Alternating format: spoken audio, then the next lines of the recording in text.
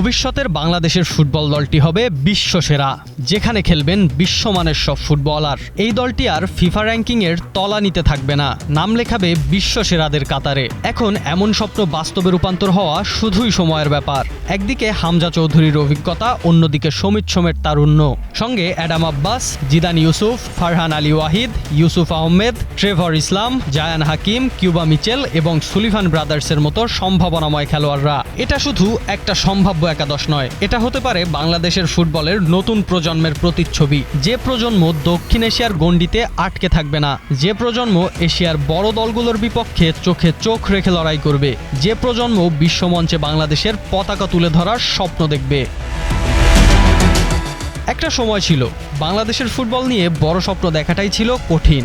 দক্ষিণ এশিয়ার গণ্ডি পেরিয়ে বিশ্বমঞ্চে বাংলাদেশের নাম শুনলেই মনে হতো এটা হয়তো অনেক দূরের কোনো গল্প। কিন্তু সময় বদলাচ্ছে, আর বদলাচ্ছে বাংলাদেশের ফুটবলের ভবিষ্যৎও।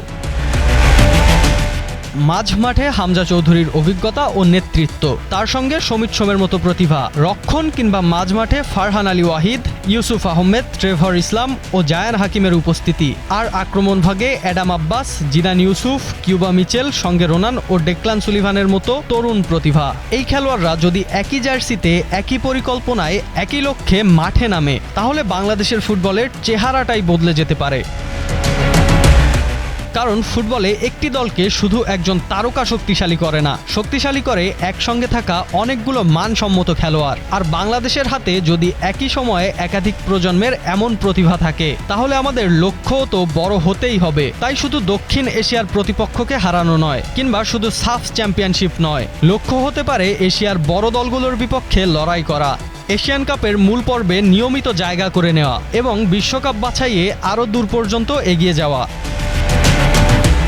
তবে একটা কথা পরিষ্কার, নামগুলো একসঙ্গে থাকলেই বিশ্বসেরা দল তৈরি হয়ে যাবে না। প্রয়োজন হবে সঠিক পরিকল্পনা, আধুনিক কোচিং, উন্নত ফুটবল অবকাঠামো, নিয়মিত আন্তর্জাতিক ম্যাচ এবং সবচেয়ে গুরুত্বপূর্ণ, এই খেলোয়াড়দের বাংলাদেশের হয়ে খেলানোর দীর্ঘমেয়াদী পরিকল্পনা। কারণ আমাদের এখন প্রতিভা আছে, আর সেই প্রতিভাকে একসঙ্গে করে একটা শক্তিশালী দল বানানোই হবে সবথেকে বড় চ্যালেঞ্জ। আর সেটা যদি আমরা করতে পারি, তাহলে হয়তো আমাদের এই স্বপ্নটা আগামী দিনের বাস্তবতা হয়ে উঠবে।